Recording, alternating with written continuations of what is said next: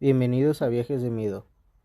En esta ocasión les traigo un caso de posesión que fue llevado por el padre Forte y que plasmó en su libro La Suma Demoníaca. Para las personas que sean muy sensibles a este tipo de temas, les recomiendo que no lo escuchen, o si es mucho su interés, escúchenlo de día y acompañado de alguien, ya que sí es un caso muy fuerte. Y para los que quieran escucharlos aún después de esta advertencia, les recomiendo que lo haga con la luz apagada y con audífonos puestos, ya que sí es un caso muy tenebroso. Lo que sí es que no se sugestionen, ya que al tratar este tipo de temas, cualquier movimiento, sonido, sombra puede parecer paranormal, pero no siempre es así. Pero si les pasa algo eh, que creen que sí es paranormal, déjenme en los comentarios, o pueden mandarme mensaje por privado en mi cuenta de Instagram, que voy a dejar en la descripción. Y bueno, sin más, los dejo con el siguiente caso del padre Fortea. La noche de Halloween, un niño de 11 años notó que una sombra se le acercaba. Yo le pregunté a la familia si ese día el niño había hecho algo especial. Se me dijo que ese día su hijo no había hecho nada de especial relevancia, salvo disfrazarse de calavera con un machete y con una bolsa de la que surgía sangre. Era un disfraz para la fiesta del colegio, que desagradó a su madre por lo excesivamente sangriento que era, pero ya estaba comprado. Yo no vi claro que el disfraz tuviera relación con el hecho de que una presencia se le manifestara. Lo cierto es que esa noche fue cuando se dio el primer síntoma de todos, la aparición de la primera figura humana. A los 2 o 3 días comenzaron para el niño las pesadillas, temblores y mucho miedo. Veía más figuras humanas por la casa, especialmente por un pasillo. De la habitación de su dormitorio a la cocina había que llevarlo en brazos, tapado la cabeza con una manta, porque era tal el pánico que las figuras del pasillo le daban, que se negaba a pasar por ahí. Pues en un lugar concreto del pasillo veía personas que le querían agredir. Comenzaron las noches en las que hasta las 2 o 3 de la mañana no podía dormir el niño por el miedo terrible que le provocaba la visión de esos hombres. Él veía hombres, no algo parecido a hombres, sino hombres normales que le decían cosas, le insultaban y amenazaban. Estos hombres llevaban un machete. El niño refería que a uno de ellos le veía con sangre y con la cara tapada con algo negro. También aparecieron en sus sueños con uno de ellos persiguiéndole para matarlo. Esos síntomas fueron agudizándose, así que los padres decidieron consultar a una tarotista por probar. La señora dijo que ella podía solucionar ese problema. Les cobró 300 euros y le dijo a su padre que se marchara a casa, que ella esa noche a solas haría lo que tenía que hacer. El padre había ido a consultar solo sin llevar al niño. No se sabe qué hizo ese día aquella pitonisa, pero lo cierto es que ese mismo día por la noche fue cuando el niño queda poseso. El niño por primera vez ya no es que vea hombres a su alrededor, sino que un ser maligno habla a través del niño y lo mueve furioso por la casa, como si el demonio le hubiera entrado dentro. En los días siguientes comenzará un comportamiento que les va a acompañar durante 5 largos e inacabables meses. A veces el niño se autolesionaba con cristales o hierros. Desde que queda poseso no podrán comer con él en la cocina, porque se dirigía hacia los cuchillos, los agarraba para tratar de matarse. Durante meses tendrá que hacer todas sus comidas solo con cuchara y tenedor, pero nunca con un cuchillo, pues ante la presencia de una hoja afilada la agarra y trata de clavársela o amenaza a la familia con ella. En otras ocasiones se produce la pérdida de su voz y solo puede susurrar. Otras veces no puede tragar nada y se tiene que pasar medio día o un día sin comer ni beber absolutamente nada. Una vez llegará a estar día y medio sin comer ni beber. Como es lógico, a los pocos días de comenzar esta conducta, los padres llevaron al niño al médico de la Seguridad Social. El médico los derivó de inmediato al psiquiatra.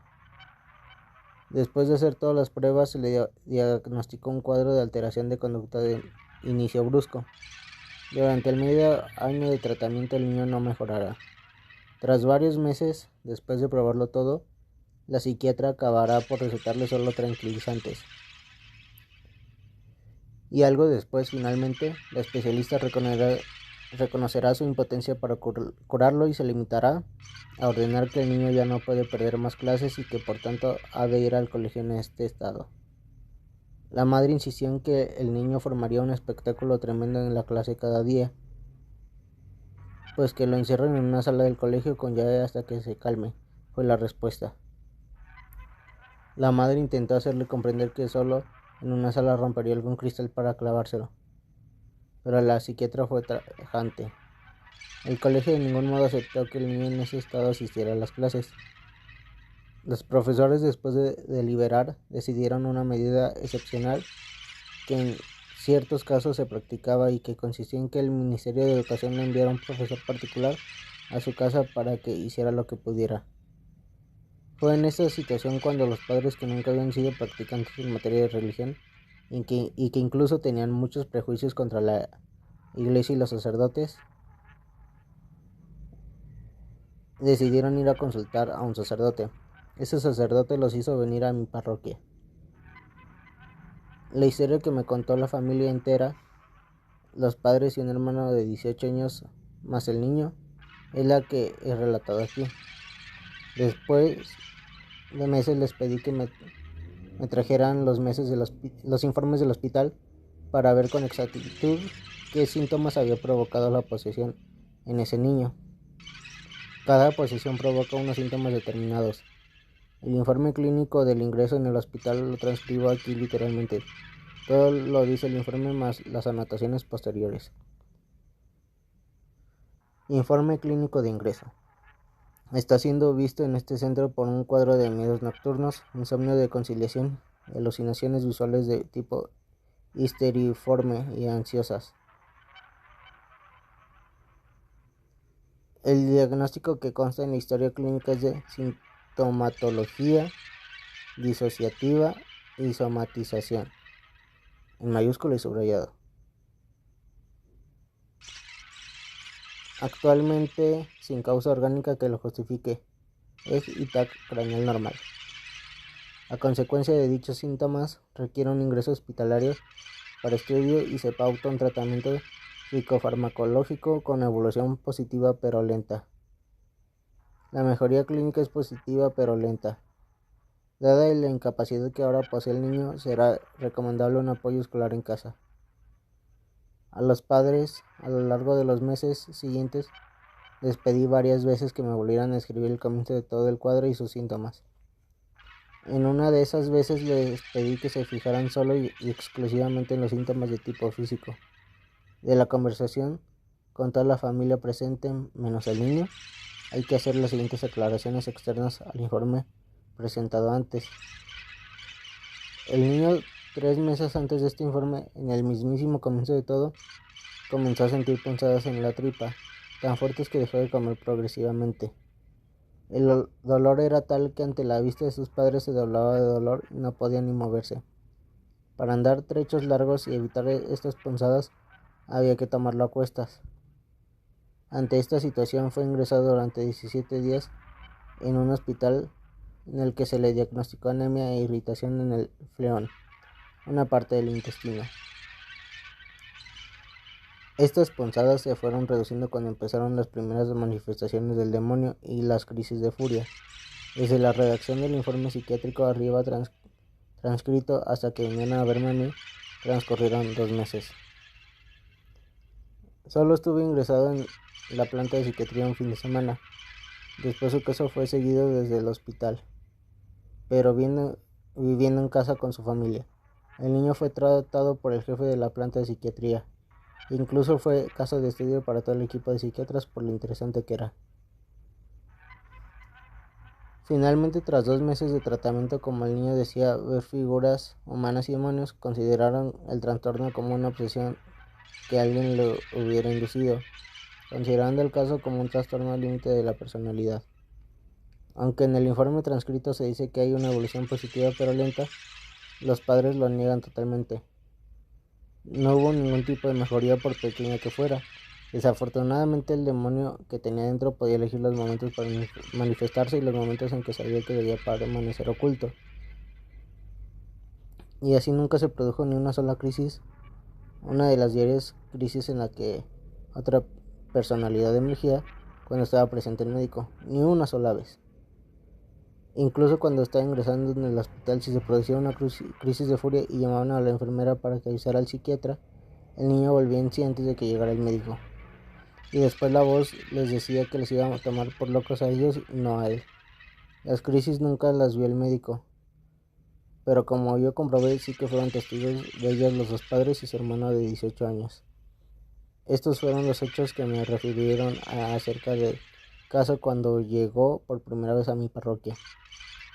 Aquella primera vez que vinieron a verme, cuando el coche de los padres aparcó delante de mi iglesia, el padre me preguntó que dónde llevaba al niño, pues desde que habían aparcado delante del templo el niño no podía andar, ni apenas hablar, salvo con un susurro. El padre cargó al niño sobre sus espaldas y lo bajó a la cripta, donde hacemos las oraciones. Una vez dentro de la capilla, el comportamiento de aquel niño cambió radicalmente.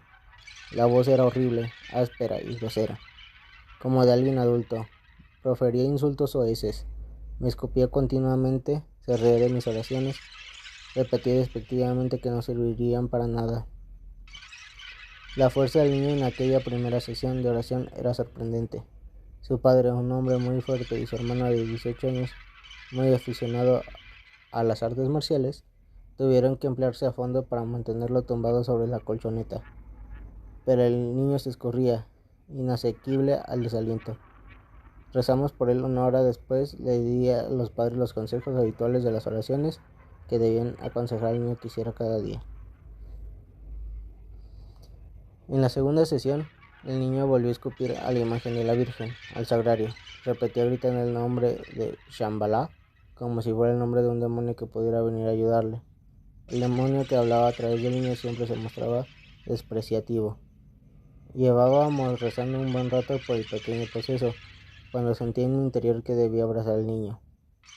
El niño solo manifestaba odio, así que sentí de un modo muy profundo que el abrazo amoroso sería algo que desarmaría el odio. Los padres presentes me preguntaron, incrédulos, si estaba seguro de que yo quería que lo soltaran para darle un abrazo. La verdad es que interiormente tuve que resistir al miedo, porque el niño pegaba todo tipo de golpes a los que le sujetaban y les agredía con una rabia y ferocidad increíbles. Acercarme a él sin que dos personas le sujetaran suponía un riesgo a que mis gafas salieran volando varios metros del primer puñetazo que me propinara.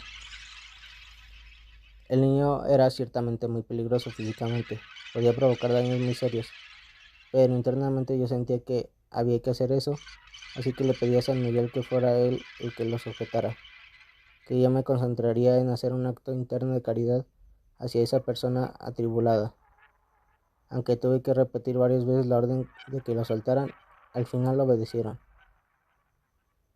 Ante mi sorpresa, el abrazo y el acto interior mío de gran amor hacia ese niño no pareció perturbar lo más mínimo al demonio que había dentro de ese cuerpecito.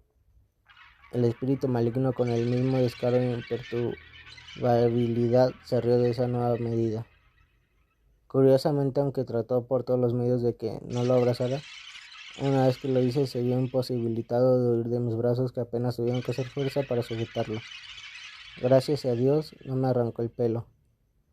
Varias veces agarró un mechón de mi cabeza con sus manos y fríamente me dijo: "Y ahora vas a ver cómo lo arranco de un tirón entero". Sin embargo, una fuerza invisible en el último instante le detenía, pues al cabo de medio minuto soltaba el mechón. Durante los 3 cuartos de hora que le tuve abrazado, temí la posibilidad real de que pronto viera en su mano un gran mechón de mis pelos arrancado. Temí por mis gafas, por mis ojos, por mi nariz, que me lo hubiera podido romper sin lugar a dudas. Estar abrazado a este niño diabólico era estar abrazado a alguien que quería hacerte el mayor daño posible y que tenía mano, y que había demostrado ser difícilmente controlable por dos adultos fuertes. Sin embargo, Por alguna razón, tenía la seguridad de que en esa fase del exorcismo lo único que se podía hacer era eso, dar amor a través de ese abrazo. Pero el mismísimo Dios, que no permitió que me hiciera ninguna herida grave, permitió que me diera golpes con la palma de su mano sobre mi calva y sobre mi nuca. Los golpes eran muy fuertes con toda su fuerza, y además antes de dármelo, sádicamente, con detenimiento y sin ninguna prisa, señalaba con el índice el lugar donde me iba a pegar. Después, con voz burlona me decía cosas del estilo: uy, qué pena, el daño que te voy a hacer. Prepárate porque este sí que va a ser fuerte. Y acto seguido, me golpeaba allí con todas sus fuerzas. Después burlonamente me preguntaba: ¿te ha dolido? Como yo no contestaba ninguna de sus preguntas, añadía: bueno, no importa, el siguiente va a ser peor. Y efectivamente, volvió a señalarme otro lugar de la calva o la nuca y tras unos comentarios jocosos, descargaba la palma de su mano con todas sus fuerzas, que eran muchas. Aquello estuvo todo el tiempo al borde de mi resistencia, pero resistí porque me di cuenta que para librar al niño no podía yo hacer nada mejor que ofrecer mi sufrimiento. Me venía el pensamiento de que si Jesús había no solo orado por liberarnos, sino que también había ofrecido al Padre sus padecimientos físicos. Así también convenía que yo no solo orara, sino que ofreciera mis sufrimientos. Y así yo estaba ahí sufriendo por mano de ese demonio a través de ese cuerpo que dominaba, para liberar a ese mismo cuerpo de ese demonio. En un momento dado fue como si yo sintiera el amor de Dios hacia ese niño, y fue entonces cuando el poseso pudo por primera vez repetir frases de alabanza a Dios que le dije. Debo decir que las repetí tranquilo y sin odio. Ese era el fruto de ese tiempo de oración intenso unido a mi sufrimiento corporal. Los lazos del demonio sobre ese cuerpo se habían debilitado, aunque ese debilitamiento solo se nos mostrara durante algunos momentos breves que apenas llegaban a un minuto. Algo más de una hora después del comienzo, dimos por terminada la sesión. Externamente parecía que no habíamos logrado casi nada, pero aunque no viéramos mucho progreso, el demonio sin duda estaba perdiendo poder sobre ese cuerpo, aunque se cuidó mucho de manifestar nada que nos diera la más mínima esperanza.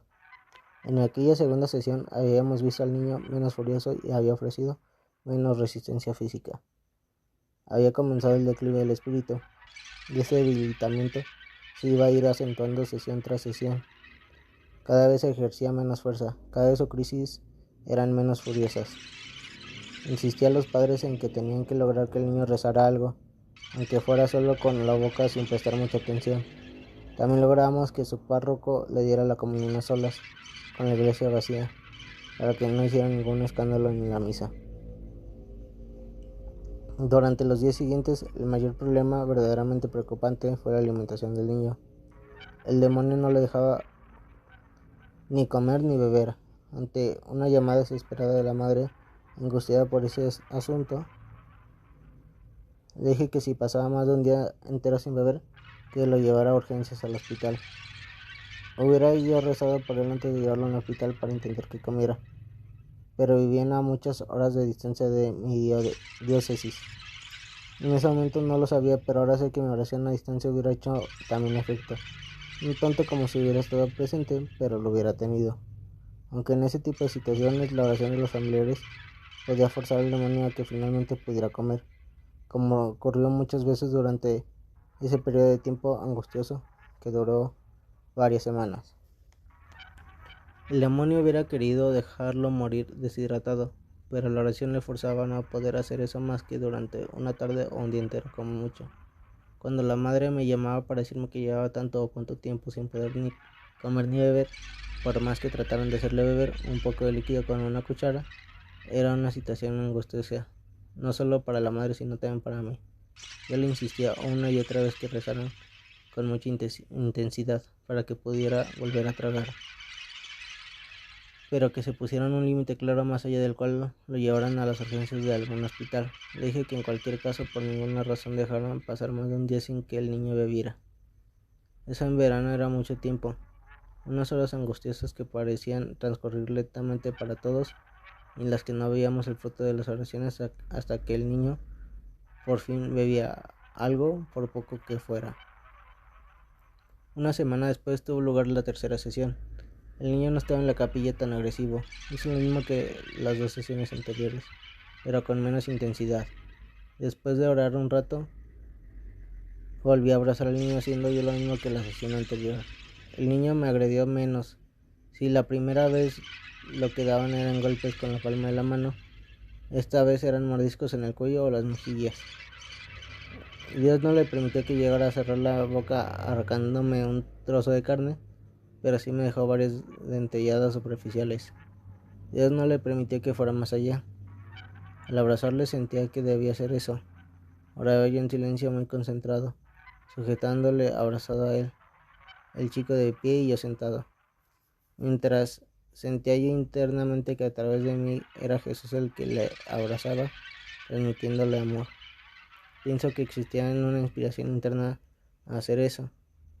Una teología del cuerpo en la que la acción de Dios transmitía no solo por la oración, sino también por la manifestación del amor de Dios a través del cuerpo. El demonio muestra su odio a través de una corporalidad, el cuerpo del poseso, y nada puede ser más torturador para ese espíritu maligno que recibir cariño de un modo visible y tangible en esa misma corporalidad sobre la que ejercía su despotismo. El amor era como si la atase primero y después penetrase en él. Aún así, atado y desarmado ese espíritu, aunque no de forma completa, la sesión acabó con el demonio riéndose y repitiéndonos que no habíamos logrado nada.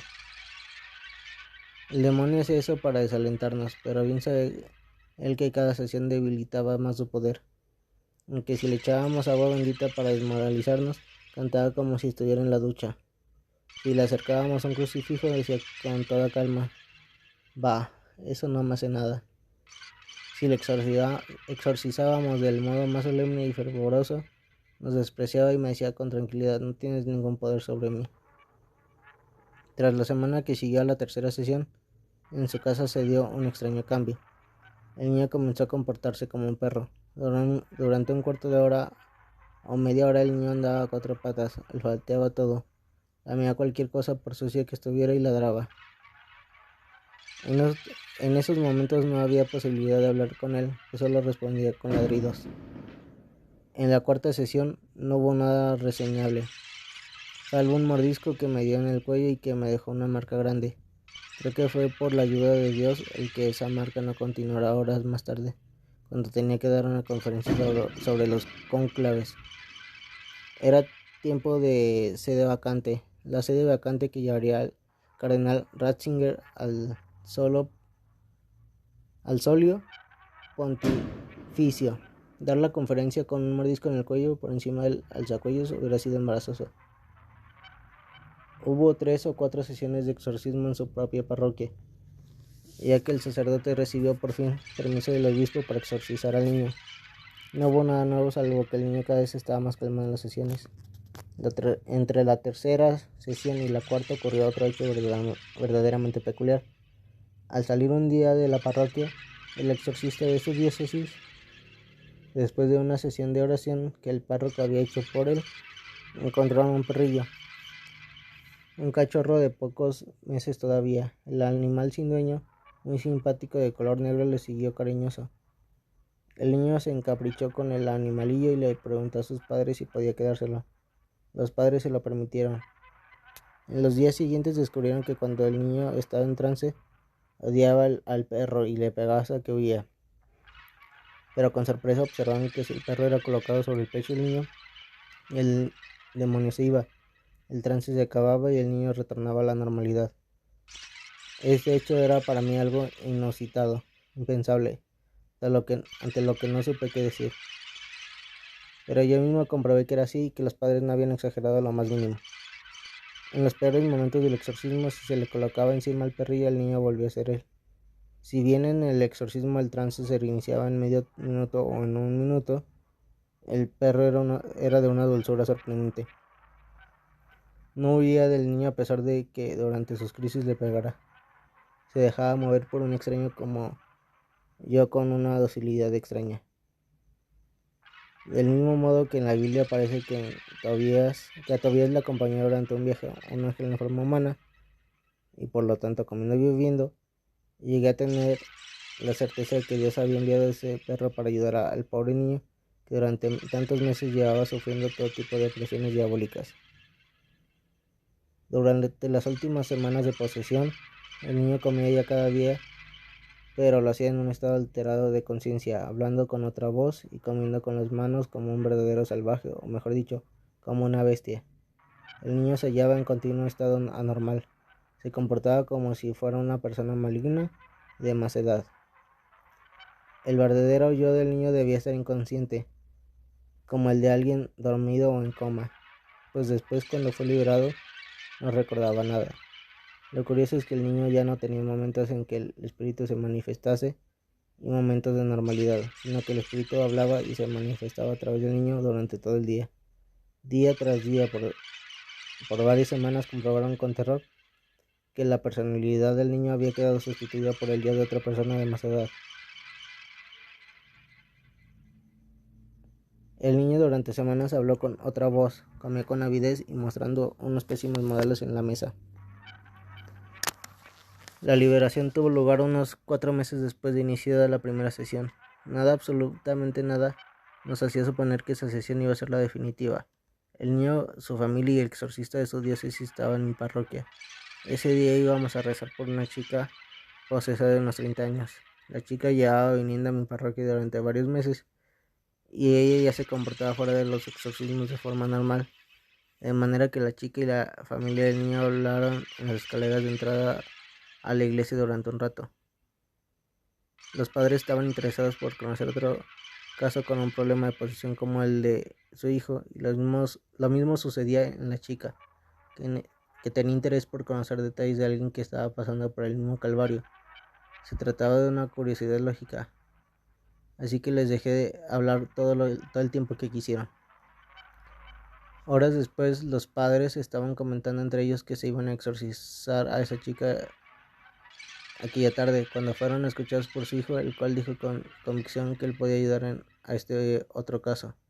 ¿Cómo dices?, le preguntó su padre. Que yo puedo ayudar a esa chica, repitió sin dudarlo. La seguridad del hijo sorprendió al padre. Nunca antes le había hablado de esa manera, ni había manifestado ningún interés por esos temas. El padre me comentó lo que había pasado y me preguntó si quería que el niño orase por la chica durante el exorcismo. No hace falta decir que me quedé boquiabierta ante esa inesperada petición. Era lo último que me podía imaginar que sucediese. Nunca pensé que en toda mi vida me encontrase con una situación tan intrincada como la que se me estaba ofreciendo. Pero no tuve que meditar mucho la respuesta. Mire, le dije, yo no le pido que su hijo asista al exorcismo, pero si usted quiere que asista, yo no lo voy a impedir. Pero que quede claro que yo no se lo pido. Así que cuando comenzó el exorcismo, el niño estaba ahí sentado en un banco a 2 metros de una posesa furiosa tumbada en una colchoneta. Había habido varias personas adultas que habían pasado noches sin dormir, impresionadas por lo que habían visto en los exorcismos. Si alguna vez me hubieran preguntado qué me parecía permitir la asistencia de un niño a un acto así, hubiera contestado que una temeridad inexcusable.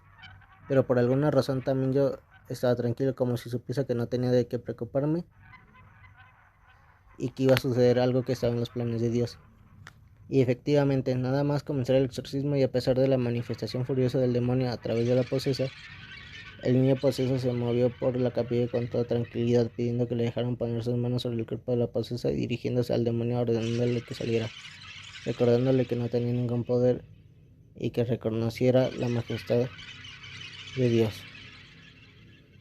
Fue todo un espectáculo ver a un tierno niño exorcizar a la posesa furiosa, como si lo hubiera hecho toda la vida. Además, el niño sabía exactamente qué tenía que hacer. Aún así, el exorcismo se prolongó durante más de 2 horas, con un calor espantoso. Era julio. La cripta al principio estaba muy fresca, situada bajo tierra, pero ya había un total de unas 12 personas y sin ventanas. La temperatura fue elevando de forma sofocante.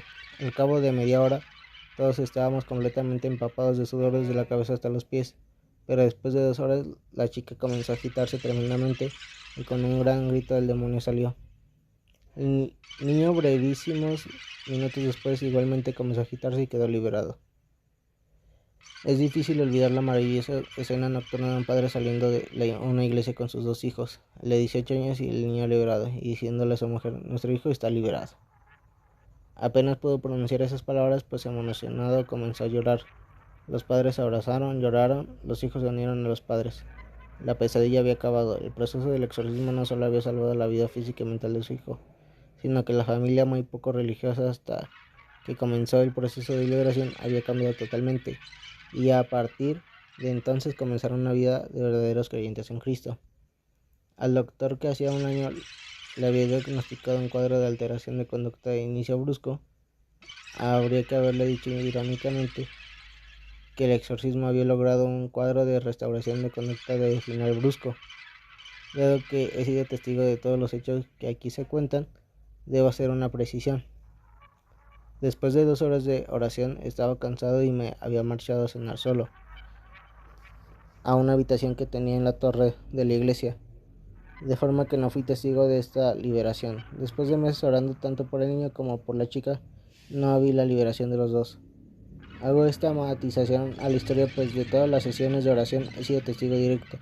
Lamentablemente, de las 2 horas y media que duró la sesión, no estuve presente justo en el momento de la liberación, pero había allí 12 testigos que me refirieron la escena, y ahí cuando estaban dando gracias a Dios.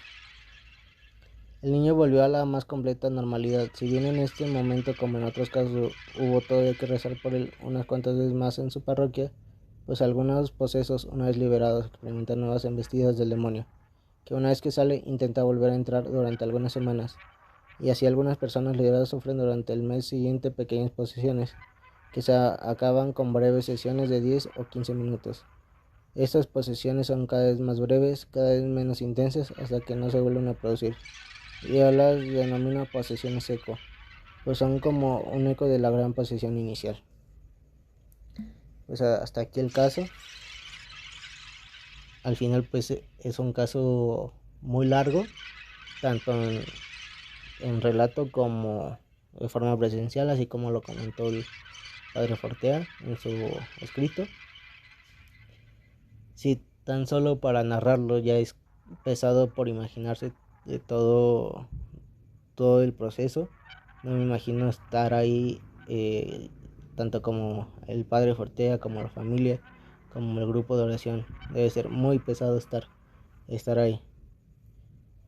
Así que espero que no se sugestionen, que no les pase nada paranormal.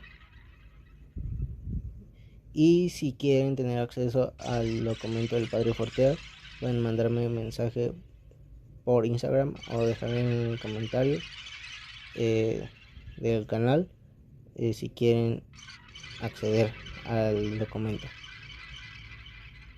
Así que si les pasó algo, si tienen una historia que quieren que se cuente en el canal, pueden también comentarme. Y así me despido hasta el próximo viaje de miedo.